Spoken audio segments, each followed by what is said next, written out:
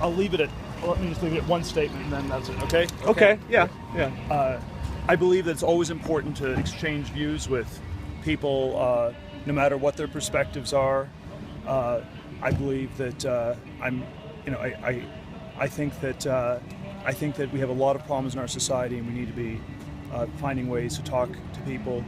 We need to find ways to talk to people where not everything is completely transparent. Libertarianism is not synonymous with radical transparency.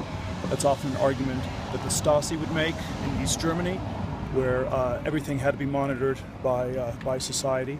And I think often you have the best conversations in smaller groups where not everything is being monitored, and that's how you can have very honest conversations and how you can think better about the future. Thank you very much. Serious people don't say, fake news is news I disagree with. And so it's not about silencing dissenting views.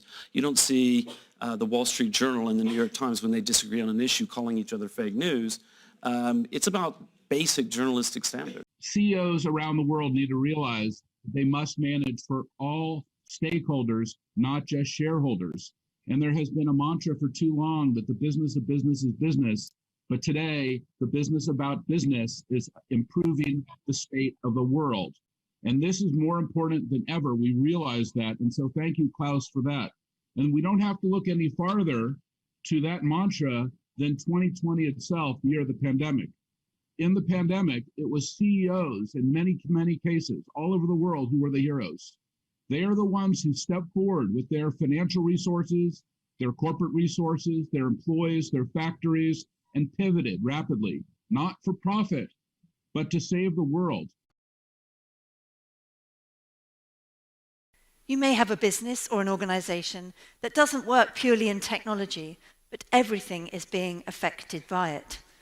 And I believe as leaders, one of the most important priorities isn't just to have a chief digital officer, quite the opposite. You should be the chief digital officer. You must put a deep understanding of technology at the heart of your organization. Non-communicable diseases will cost us $47 trillion by 2030. This is about as much as the US, European, and China economies combined. One, which is that more and more people are getting access to be able to share information, get access to the information that other people are sharing, and that'll just continue, right? So the real question for us is what types of information do people want to share, and where exactly do they want to share it with, and who do they want to share it with? And what YouTube and Facebook represent to some extent is empowering people with the ability to communicate. And you mentioned the different types of content that we have on our site. It's much more than that. We've seen people expressing their thoughts, sharing experiences. We have the Queen on the site. We have the Pope on the site. We have the White House on our site. It's becoming a new way for people to communicate through a democratized video platform.